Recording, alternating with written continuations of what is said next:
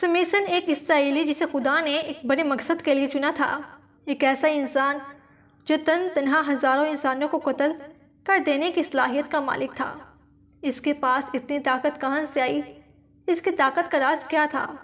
لیکن ایک عورت کی محبت نے اسے کیسے تباہ کر دیا؟ آج ہم اس ویڈیو میں بنی اسرائیل کے سب سے طاقتور ترین شخص سمیسن کے متعلق جانیں گے۔ حضرت موسیٰ علیہ السلام کے اس دنیا سے پردہ فرمانے کے بعد قومی بنی اسرائیل میں رفتہ رفتہ سرکشی، بدفعلی اور بت پرستی پھر سے عام ہونے لگی۔ لہٰذا بطور سزا اللہ نے قوم عمالقہ کو بنی اسرائیل پر مسلط کر دیا۔ اس قوم نے بنی اسرائیل پر حملہ کر کے ان کے شہر اور علاقے چھین لیے، ان کے لوگوں کو گرفتار کر لیا اور طرح طرح کے ظلم ڈھانے لگے۔ ایسی حالت میں قوم بنی اسرائیل میں ایک لڑکا پیدا ہوا جس کا نام سمیسن رکھا گیا۔ سمسن قبیلہ دانیال کی نسل سے تھا، جو بنی اسرائیل کے 12 قبیلوں میں سے ایک تھا۔ روایتوں کے مطابق سمیسن کی پیدائش سے قبل اس کی ماں نے خدا سے یہ دعا مانگی تھی کہ اگر اس کے گھر میں لڑکا پیدا ہوا تو وہ اسے شراب اور دیگر برائیوں سے دور رکھے گی۔ اس کے علاوہ زندگی میں کبھی اس کے بال نہ کٹوائے گی۔ لہٰذا سمیسن کی پیدائش کے بعد کبھی اس کے بال نہ کٹوائے گئے۔ سمیسن آہستہ آہستہ جب بڑا ہوا تو دوسرے لڑکوں کی نسبت جسمانی طور پر بہت زیادہ طاقتور تھا، اتنا طاقتور کہ یہ ایک مرتبہ جنگل سے گزرتے ہوئے سمیسن کا سامنا ایک شیر سے ہو گیا۔ سمسن نے اس شیر کو بکری کے بچے کی طرح چیر ڈالا۔ اس واقعے سے خدا سمیسن کو یقین دلوانا چاہتا تھا کہ وہ کسی بڑے مقصد کے لیے چنا گیا ہے۔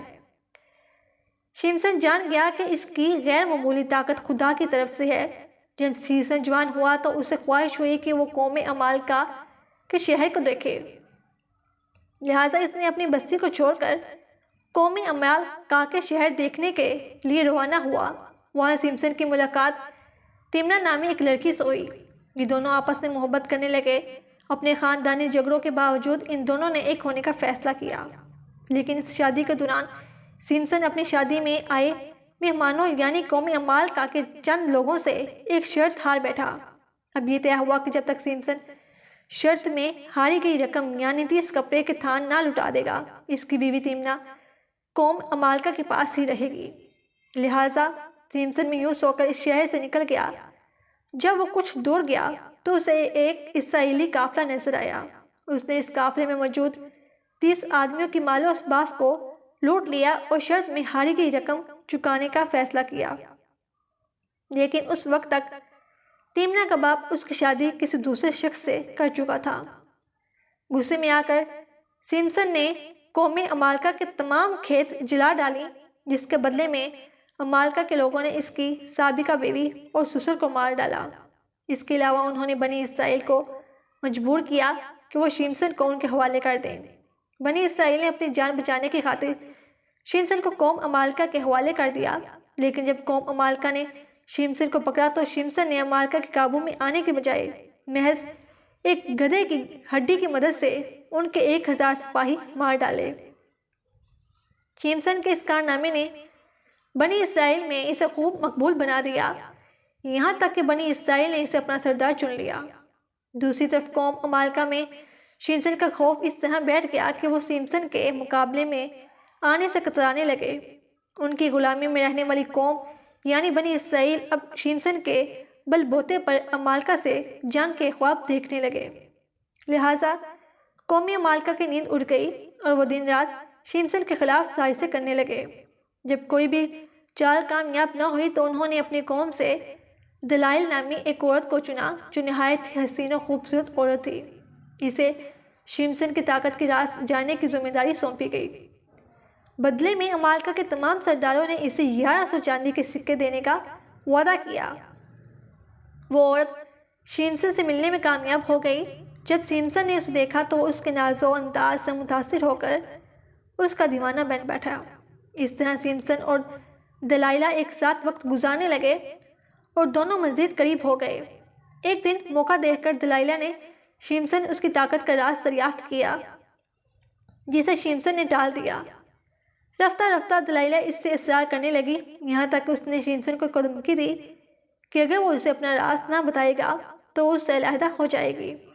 عشق کے ہاتھوں مجبور شیمسن نے دلائلہ کو بتایا کہ جب سے پیدا ہوا ہے اس کے بالوں کو نہیں کاٹا گیا اور اس کی شاندار طاقت کا راز بھی انہی بالوں میں ہے۔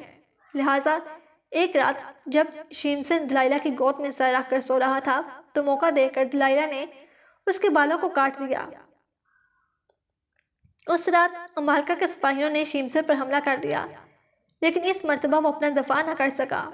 امالکا نے شیمسن کو گرفتار کر کے اس کے ساتھ انتہائی ذلت امیر سلوک کیا، زنجیروں میں جکڑ کر اس کی آنکھیں نکال دی گئیں اور اسے ایک اندھیری کوٹری میں بند کر دیا گیا۔ اس کام کے بدلے میں دلائلہ کو خوب مال و دولت سے نوازا گیا۔ شیمسن پر فتح پانے کی خوشی میں قوم امالکا نے ایک تقریب کا اعلان کیا۔ قوم امالکا کا عقیدہ تھا کہ ان کے دیوتا نے انہیں شیمسن پر جیت دی ہے، اس لیے وہ اس دیوتا کے مندر میں اپنی جیت کا جشن منانا چاہتے ہیں۔ اگلے دن تمام عام و خاص اور عوام اس جگہ جمع تھے۔ ایسے میں بادشاہ کے حکم پر ان کے سب سے بڑے دشمن شیمسن کو زنجیروں میں جکڑ کر پیش کیا گیا۔ محل میں موجود تمام لوگوں نے اس کے ساتھ بدتمیزیاں کی اور اس پر کوڑا کرکٹ پھینکنے لگی۔ قومی امالکا فتح کے نشے میں چور اور عیاشیوں میں مصروف تھے۔ دوسری طرف شیمسن نے اپنے گناہوں سے توبہ کی۔ وہ اللہ سے دوبارہ طاقت مل جانے کی دعا مانگ رہا تھا، لہٰذا اللہ نے اس کی سچی توبہ کو قبول کیا اور اچانک شیمسن کی طاقت لوٹ آئی۔ لوگ ادھر ادھر بھاگنے لگے۔ تھوڑی ہی دیر میں محل زمین ہوس ہو گیا۔ اس واقعے میں مالکا کے 3000 لوگ مارے گئے۔ شیمسن اور دلائلہ کا یہ تاریخی واقعہ عہد نامہ قدیم کی کتاب القصہ یعنی دی ہک آف ججز میں تفصیل سے موجود ہے، جبکہ اسلامی مورخین مسلم کمال الدین دمیری نے اپنی کتاب حیات الحیوان اور احمد بن یعقوب نے تاریخ ودی میں ذکر کیا ہے۔ شیمسن اہل کتاب کے لیے ایک عظیم العام اور احترام کی کہانی ہے۔ وہ ایک خاص خدمت کو انجام دینے کے لیے پاک ٹھہرایا گیا تھا۔ خدا نے شیمسن کو بے حساب طاقت دی تھی، لیکن ساتھ ہی اسے خدا کی اطاعت بھی کرنے کا حکم ملا تھا۔ لیکن شیمسن عورتوں کی فتنوں میں پڑ گیا، لہٰذا خدا نے اس پر سے اپنی برکتیں ہٹا دیں۔ شیطان بھی ہماری کمزوری کو جانتا ہے اور وہ سب سے پہلے انہی کمزوریوں پر حملہ کرتا ہے۔ اگر ہماری زندگی میں بھی ایسی کوئی کمزوری ہے جو ہمیں خدا سے دور کر رہی ہے تو ہمیں اسے توبہ کرنی چاہیے اور اللہ سے اپنا تعلق مضبوط کرنا چاہیے۔ یہ کمزوری کسی بھی شکل میں ہو سکتی ہے، جن میں پیسہ، عورت، موبائل، ٹیلی ویژن، نشہ، گھمنڈ یا لالچ اور اس طرح کی بہت سی چیزیں شامل ہیں۔ شیمسن کی زندگی ہمارے لیے ایک سبق ہے کہ ہم اپنے کمزوریوں کے غلام نہ بنیں اور شیطان کو اپنی زندگی میں موقع نہ دیں۔